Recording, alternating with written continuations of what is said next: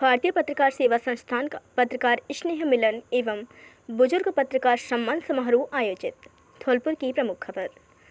नगर परिषद ऑडिटोरियम में आज विशाल पत्रकार मिलन एवं बुजुर्ग पत्रकार सम्मान समारोह का आयोजन किया गया, जहां जिले के 60 वर्ष से अधिक उम्र के पत्रकारों को शॉल, माला एवं प्रमाण पत्र प्रदान कर सम्मानित किया गया।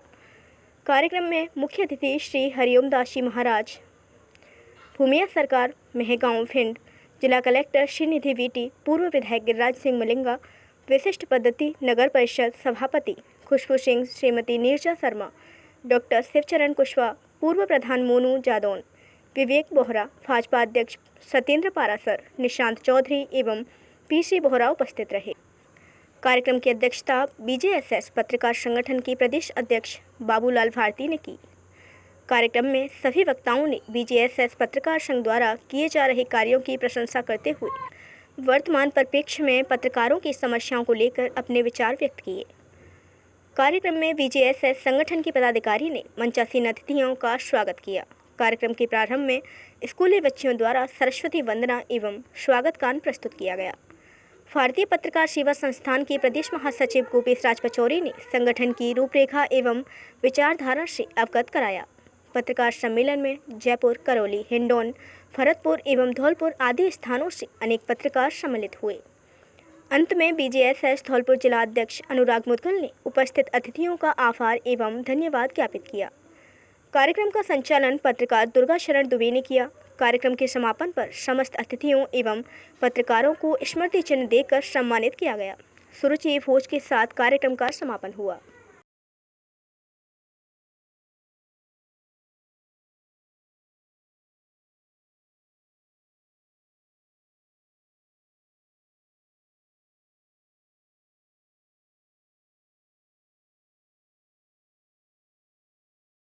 उनके मार्गदर्शन में अगर हम काम करेंगे, उन्होंने उस जमाने में काम किया है जब ना तो कोई मोबाइल था और टेलीफोन एक्शन भी भरतपुर से बुक कराते थे।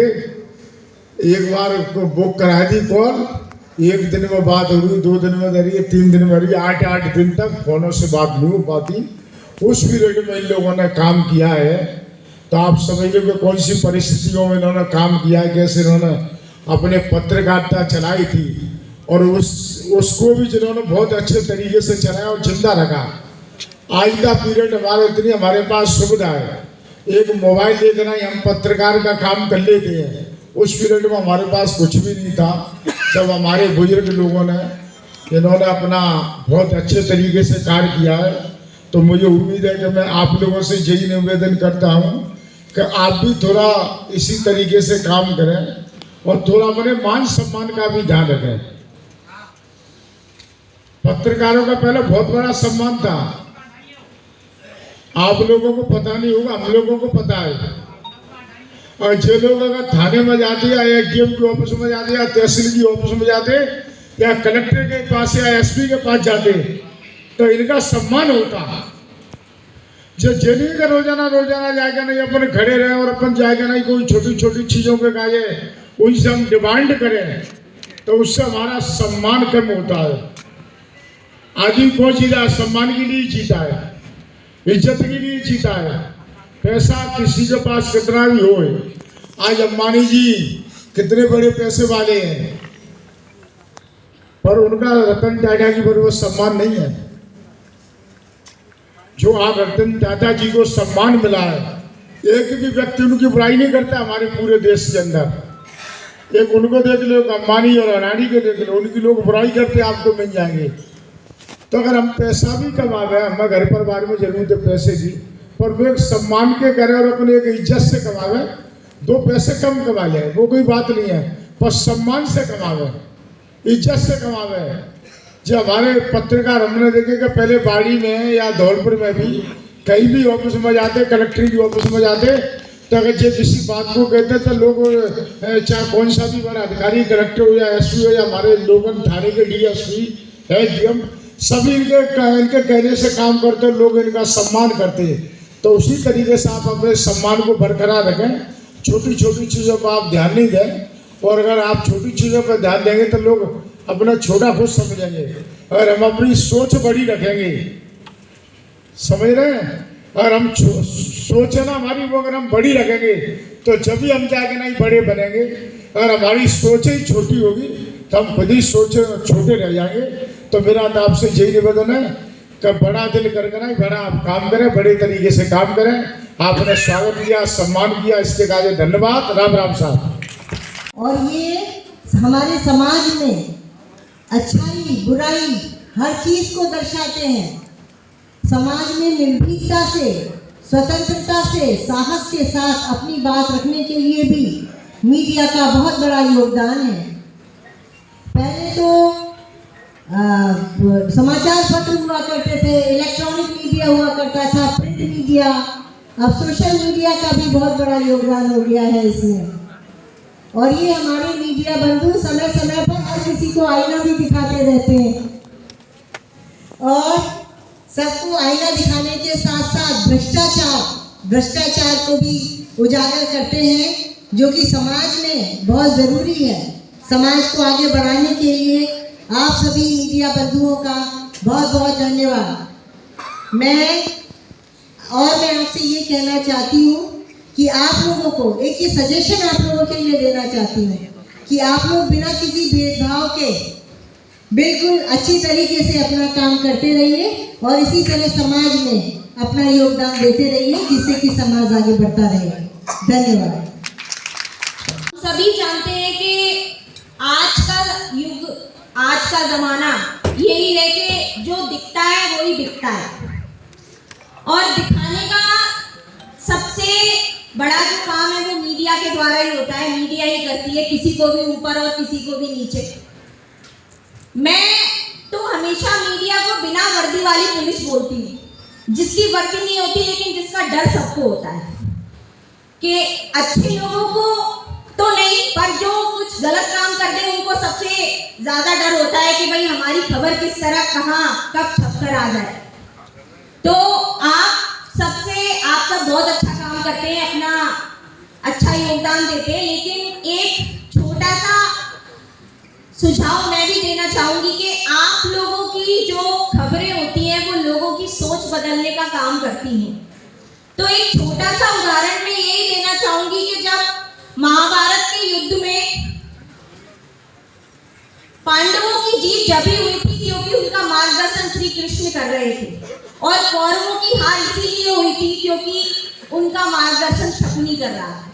तो मैं यही आपसे विनती करना चाहूंगी कि आप श्री कृष्ण की तरह ही अपनी खबरों का मार्गदर्शन करें, क्योंकि आपकी खबरें ही लोगों की सोच बदलती हैं। बस ज्यादा नहीं कहूंगी, लाइन बहुत लंबी है। इन्हीं शब्दों के साथ धन्यवाद। जय हिंद, जय भारत। डाल के उस कवरेज को करते हैं और सारी चीज़ों को दिखाते हैं। तो मेरा तो यह है कि इस समाज, पूरी समाज का जो आईना है वो आज मीडिया है। तो मीडिया बंधुओं से मेरा एक निवेदन भी है कि जो पत्रकारिता कर रहे हैं सभी ने जैसे कहा आप करें और नेगेटिव चीज़ों को भी हाईलाइट करते हैं, जिस तरह से पॉजिटिव चीज़ों को। मैं कहीं बैठा हुआ था एक बार, बहुत टाइम की बात है, जब जयपुर में कुछ मीडिया बंधु भी बैठे हुए थे, तो मैंने बातों बातों में एक प्रश्न पूछ लिया था। मैंने कहा आप लोग बुरा नहीं माने तो मैं एक बात पूछना चाहता हूँ। तो उन्होंने कहा डॉक्टर साहब बताओ। मैंने कहा आप नेगेटिव चीज़ को थोड़ा ज़्यादा हाईलाइट करते हो और पॉजिटिव चीज़ को, कोई काम करता है बढ़िया काम करता है उसको थोड़ा कम कवरेज देते हो। तो उन्होंने कुछ पत्रकारों ने उनमें से कहा था कि जो समाज चाहता है हम उसी को परोसते हैं, लेकिन वहाँ भी कंट्रोवर्सी थी। मैंने कहा मेरे पत्रकार बंधु और भी साथियों थे कि नहीं, जो समाज चाहता है वो तो परोसना चाहिए, पर लेकिन पब्लिक चाहती है वो परोसना चाहिए, लेकिन जो हमारी दूरदृष्टि है, जो समाज नहीं चाहता है और हम अपनी दूरदृष्टि से उसको परोसना चाहते हैं, तो वो भी आप परोसें। तो मेरा तो आप लोगों से यही है कि समाज में जो भी आप परोसते हो उसको इस तरह से परोसें कि उसके लिए देश और आप सबके लिए अच्छा हो। धन्यवाद। जय भारत। हमारी पार्टी के जिला अध्यक्ष भाई सत्येंद्र जी, यहाँ सभागार में उपस्थित जिले के सभी वरिष्ठ पत्रकार बंधुओं और हम उम्र साथियों, आज बहुत खुशी की बात है, दो कारण हैं। एक तो ये कि ये पत्रकार स्नेह मिलन समारोह समान समारोह है, और दूसरी बात इतना खूबसूरत ये हॉल बना है जिसके बारे में अब तक सुनता था, लेकिन आज आने का मौका मिला है। तो मैं चेयरपर्सन साहिबा को इसके लिए बहुत बहुत बधाई देता हूं। इस वक्त महाराज जी हमारा जिला बड़ी अजीबोगरीब स्थिति से गुजर रहा है। राजस्थान में कहने को तो भारतीय जनता पार्टी की सरकार है, लेकिन दुर्भाग्यवश यहाँ कोई भी जनप्रतिनिधि भारतीय जनता पार्टी का नहीं जीत पाया। ऐसे में हमारी आवाज़ उठाने के लिए, इन पत्रकारों के अलावा, जनता की आवाज़ उठाने के लिए इन पत्रकारों के अलावा हमारे पास कोई दूसरा वही नहीं। और ऐसे में इन पत्रकारों बंधुओं की जिम्मेवारी बहुत बढ़ जाती है, महती जिम्मेवारी बढ़ जाती है। चौथा नहीं, इस वक्त तो ये पहला स्तंभ है जिले में। इस वक्त जिले में पहला स्तंभ है, और मुझे खुशी है कि जो मैं पिछले कुछ समय से देख रहा हूँ, जब से नई जनरेशन ने एंटर किया है, इलेक्ट्रॉनिक मीडिया का हमें सहारा मिला है, इलेक्ट्रॉनिक भी, प्रिंट मीडिया भी, दोनों, वो मैंने समय समय पे देखे भी, समाचारों को देखा भी है और सराहा भी है, और जो जो संबंधित पत्रकार थे उनको मैंने इसके लिए बधाई भी दी है कि रिसेंटली इन्होंने बहुत अच्छा काम कर दिखाया। जो भी हमारे ज्वलंत विषय हैं, जैसे अभी हाल ही में धौलपुर जिले में अतिवृष्टि के कारण, बहुत ज़्यादा वर्षा के कारण जो हाल हुआ, उसमें नेताओं ने इतनी आवाज़ नहीं उठाई जितनी पत्रकारों ने उठाई। मैं इसके लिए बधाई देता हूँ आप लोगों को। नेता जनता के बीच इतना नहीं आ पाए, लेकिन पत्रकार बाकायदा जो है उसको करते रहे, उसकी समीक्षा करते रहे, उसकी देखरेख करते रहे, उसमें कम ज़्यादा जो भी होना था उस सब को लिखते रहे, दिखाते रहे, बताते रहे। मैं इस सबके लिए आप सबको बहुत बहुत बधाई देना चाहता हूँ। और आगे भी मुझे उम्मीद है कि जिले की जो स्थिति है उसमें आप अपनी महती जिम्मेवारी को समझते हुए जनता की समस्याएं, जनता के सुझाव और जो कुछ भी ज़रूरी है, जो कुछ भी आवश्यक है, वो अपनी कलम से, अपने कैमरे से निश्चित रूप से सरकार तक पहुंचाते रहेंगे, ताकि हमारी जो विषम परिस्थितियां हैं हम उनसे कुछ बाहर आ सकें। धौलपुर जिले से कई पत्रकार जयपुर और दिल्ली में भी बहुत अच्छा काम कर रहे हैं। आज उनमें से कुछ लोग यहाँ बैठे हैं, कुछ लोग नहीं आ पाए हैं, लेकिन मैं बहुत बहुत धन्यवाद दूंगा आज BJSS और खासकर भूपेश जी और अनुराग जी का, जिन्होंने शानदार कार्यक्रम आज अरेंज किया। इतनी संख्या में यहाँ पत्रकार बंधुओं को, हम लोगों को बुलाया है, ये वाकई एक काबिल तारीफ बात है। ज़्यादा लंबी बात न करते हुए मैं आप सबको पुनः बहुत बहुत शुभकामना देना चाहता हूँ, और इस कार्यक्रम को आयोजित करने के लिए आपको बहुत बहुत बधाई देना चाहता हूँ। बहुत बहुत धन्यवाद, बहुत बहुत आभार। इस धौलपुर नगर परिषद की सभापति आदरणीय खुशबू सिंह जी, भारतीय जनता पार्टी की राजाखेड़ा विधानसभा से प्रत्याशी रही आदरणीय नीरजा शर्मा जी, धौलपुर विधानसभा से प्रत्याशी रहे डॉक्टर शिवचंद्र कुशवाहा जी, बड़े भाई आदरणीय विवेक सिंह बोहरा जी, आदरणीय पूर्णचंद बोहरा जी, श्री वीरेंद्र त्यागी जी, नगर परिषद के पूर्व उप सभापति भाई निशान सिंह जी, बड़े भाई हरिनिवास प्रधान जी, और इस शानदार आयोजन के जो जिन्होंने आयोजन किया है उस संगठन के प्रदेश के महासचिव आदरणीय बड़े भाई गोपीश पचौरी जी, जिलाध्यक्ष भाई अनुराग मुदगल जी, प्रदेश अध्यक्ष जी गए क्या? अच्छा, माननीय प्रदेश अध्यक्ष बाबूलाल जी भारद्वाज जी, और सामने बैठे हुए लोकतंत्र के चौथे स्तंभ आदरणीय पत्रकार बंधु और माताओं बहनों, आप सब लोग लोकतंत्र के अंदर सबसे महत्वपूर्ण कड़ी है। आदरणीय विवेक जी भाई साहब ने बताया कि पहले स्तंभ के रूप में आप लोग काम कर रहे हैं। ये बिल्कुल सही बात है कि समाज को पक्ष और प्रतिपक्ष का सही रूप से प्रतिपक्ष हो चाहे पक्ष हो, दोनों को ही समाज का प्रतिबिंब दिखाने का काम हमारे पत्रकार बंधु करते हैं। और ये अब से नहीं है, सतयुग के जमाने से आगे जो संत हमारे नारद मुनि जी थे उस समय से ये परंपरा चली आ रही है। परंपरा वही है, माध्यम बदल गए हैं।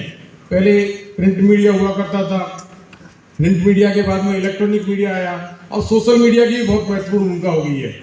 पत्रकार बंधुओं का भी ये विशेष दायित्व है कि निगेटिव और पॉजिटिव उन दोनों थिंकों को आप उस तरीके से आंकलन करने के बाद में प्रचारित करें जिससे कि समाज के ऊपर उसका कोई दुष्प्रभाव नहीं पड़े।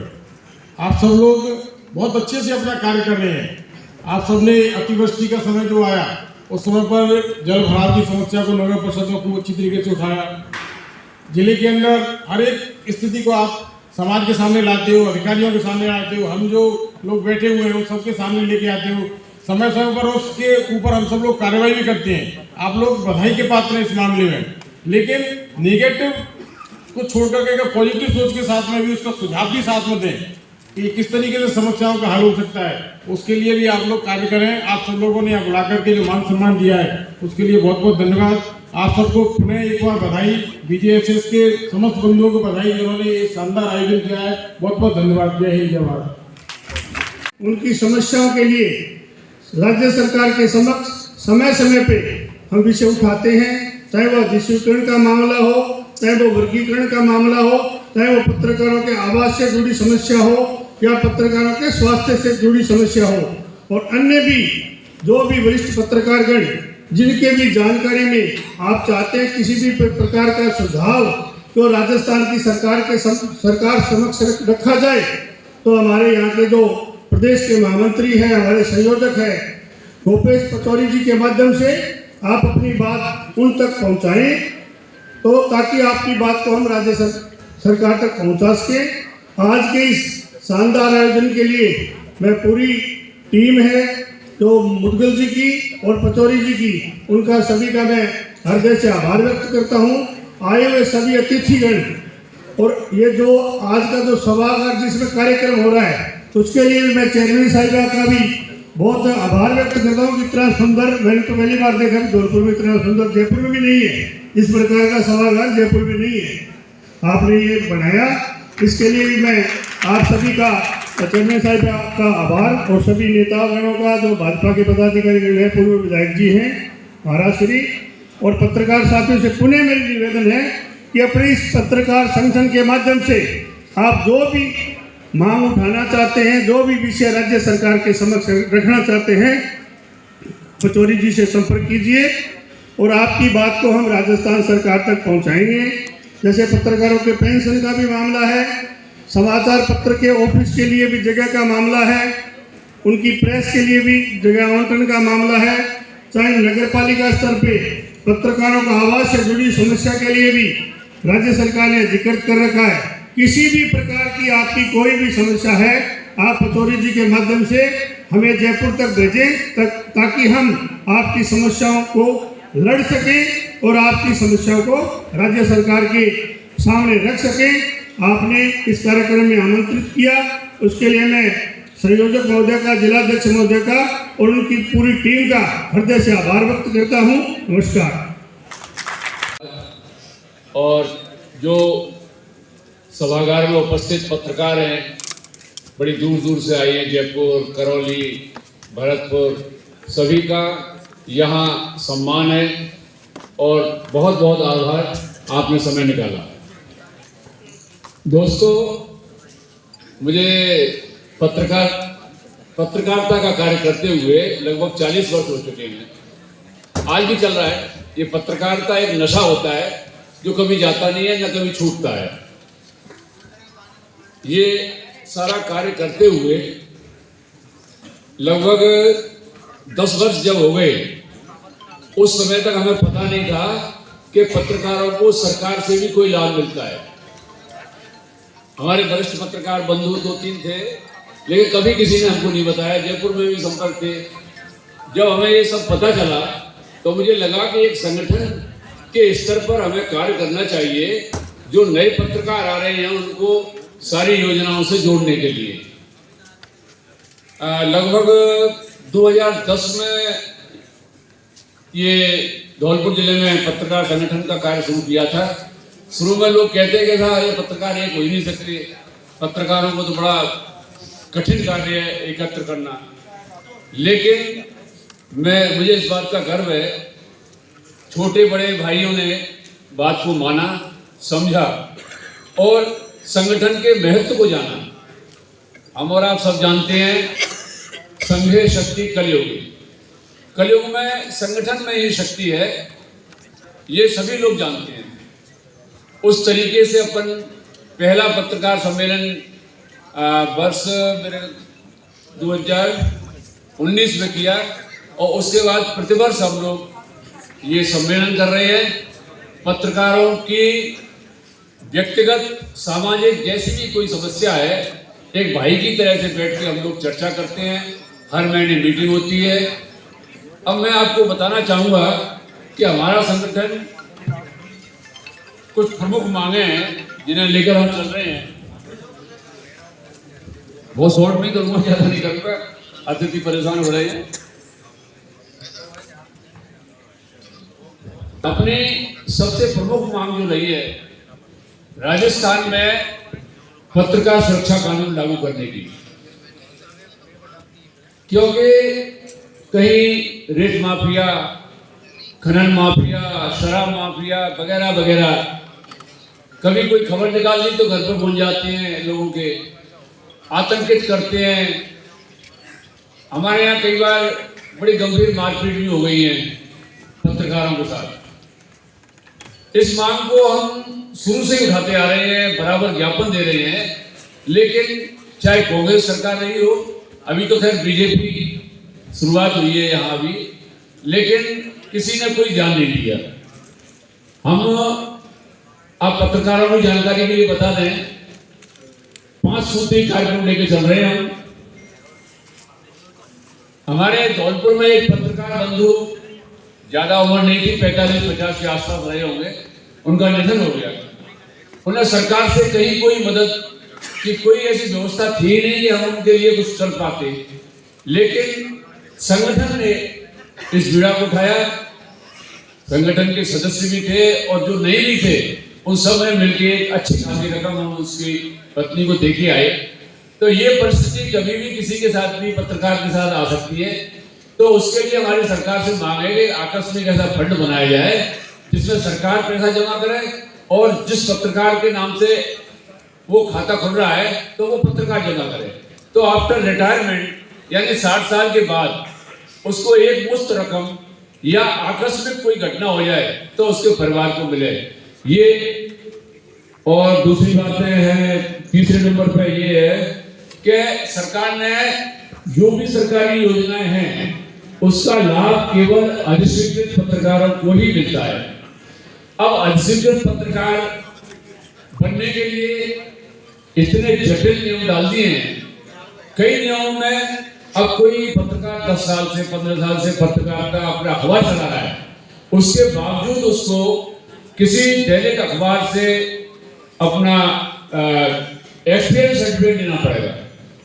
इसका क्या मतलब है? ये इसका आप लोग विरोध कर रहे हैं, बराबर इसको हम सरकार के सामने उठा रहे हैं। और छोटी छोटी बातें हैं। दूसरा ये है कि पत्रकारों के बच्चों को उच्च शिक्षा के लिए रिजर्वेशन मिलना चाहिए। दूसरा, अब ये टोल की बात है तो पत्रकारों को केंद्रीय जो टोल हैं उनमें कहीं कोई रिलीफ नहीं है। सेंट्रल जो है नेशनल हाईवे के, तो वो होना चाहिए। अब ये मैं कहूँ कार्यपालिका या विधायिका जो भी है, जब भी इनका मन करता है, लोकसभा हो चाहे विधानसभा हो, प्रस्ताव लिया और सारी पार्टियां एक मत होकर के अपने वेतन भत्ते बढ़ा देते हैं। लेकिन इन पत्रकारों को कभी ये नहीं सोचा सबने, जबकि अगर पत्रकार अपनी कलम को थोड़ा रोक लें तो सरकार की योजनाएं आम जन तक नहीं पहुंचेंगी। आम जन को पता भी नहीं चलेगा सरकार क्या अच्छे काम कर रही है और उसकी क्या योजनाएं हैं। तो मेरा कहने का मतलब ये है, मैं आपसे निवेदन करूं, सभी बंधु संगठित रहें, एक दूसरे के प्रति शुभकामना रखें। ठीक है, 2-4 लोग अलग जाने वाले हैं, उनको जाने दो, उनकी परवाह नहीं करनी है। तो यही एक निवेदन है, संगठित रहे, एक संगठित शक्ति बने। धन्यवाद। जय हिंद, जय भारत। प्रकाशन 29 जनवरी 1780 में हुआ था। इससे पहले हमारे यहाँ किसी ने सोचा ही नहीं कि मीडिया को होना भी जरूरी है कि नहीं है। 29 जनवरी 1780 में एक महानुभाव थे हमारे, जो हमारे पूजनीय माने जाएंगे, जो जेम्स ऑगस्टस हिकी वो थे। उन्होंने पहला समाचार पत्र द बंगाल बजट के नाम से निकाला गया। जब उन्होंने पहला पत्र द बंगाल बजट के नाम से निकाला गया तो उनका भी बहुत विरोध हुआ था। उनका इतना विरोध हुआ था कि वो अकेले ही निकाला था उन्होंने। ऐसे ही अगर आप हम सब कोई कार्य करते हो तो उसमें विरोध तो बनता है, विरोध होता है तभी आगे व्यक्ति बढ़ता है। जब उनने ये चीज नहीं सोची, उनने समाचार पत्र निकाला, तभी तो आज अपने भारतवर्ष में समाचार पत्र आया है। अगर वो नहीं निकालते तो कहाँ से व्यवस्था बनती। और मीडिया के समाचार पत्र जो है पत्रकार बंधु हैं, उनकी भीड़ता और आवश्यकता का पता तो तब चला जब कोरोना काल चल रहा था। जब कोरोना काल के समय में हम सब डर के मारे घर के भीतर बैठे थे, तो हमारे पत्रकार भाई सड़कों पर रोडों पर घूमकर ये पता लगा रहे थे कि किस व्यक्ति को किस चीज की कमी है और सरकार तक खबर पहुंचा रहे थे। ऐसे हमारे पत्रकार भाई, हम सब डर के मारे कोरोना में घर बैठे थे और हमारे जो पत्रकार बंधु थे वो सड़कों पर घूम रहे थे। ये देख रहे थे, अपनी जान की परवाह न करते हुए ये देख रहे थे कि यहाँ किस चीज की कमी है और कब किस जगह की किस चीज की कमी है। अगर वो अपनी जान की परवाह करते तो सरकार तक खबर ही नहीं होती। कोई व्यक्ति कहाँ डला किसी को पता चलता नहीं चलता। ये बताने का काम किसने किया? हमारे पत्रकार भाइयों ने। और ऐसे पत्रकार भाइयों को हमारा दिल से आशीर्वाद है, भूमिया सरकार पीठ से आशीर्वाद है कि आप जीवन में खूब तरक्की करें, आपका परिवार दिन प्रतिदिन निरंतर वृद्धि करता रहे, आपके बच्चों में भगवान के प्रति संस्कार बने रहे, भगवान के प्रति आस्था बनी रहे और साधु संतों का सम्मान होता रहे। आप सबने हमें यहाँ बुलाया, हम भिंड जिला के रहने वाले हैं। एक छोटा सा तहसील है, छोटी सी विधानसभा महगांव क्षेत्र है, वहाँ से है और छोटा सा ही आश्रम है, भूमिया सरकार के नाम से है। और वही भूमिया सरकार के आशीर्वाद से आप सबको हम आशीर्वाद देते हैं कि आप जीवन में खूब तरक्की करें। और बंसी वाले की, भूमिया सरकार की। मैं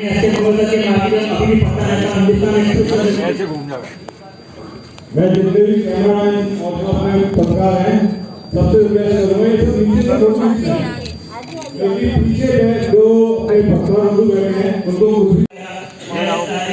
पूरे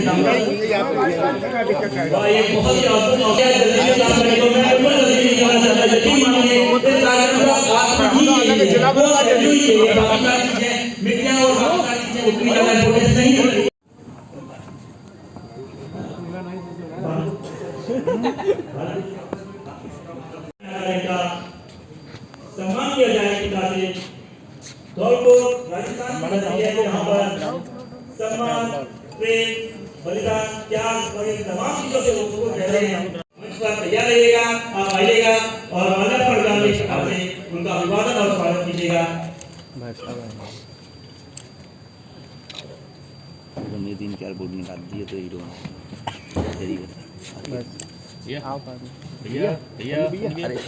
चाचा संग है। ठीक है।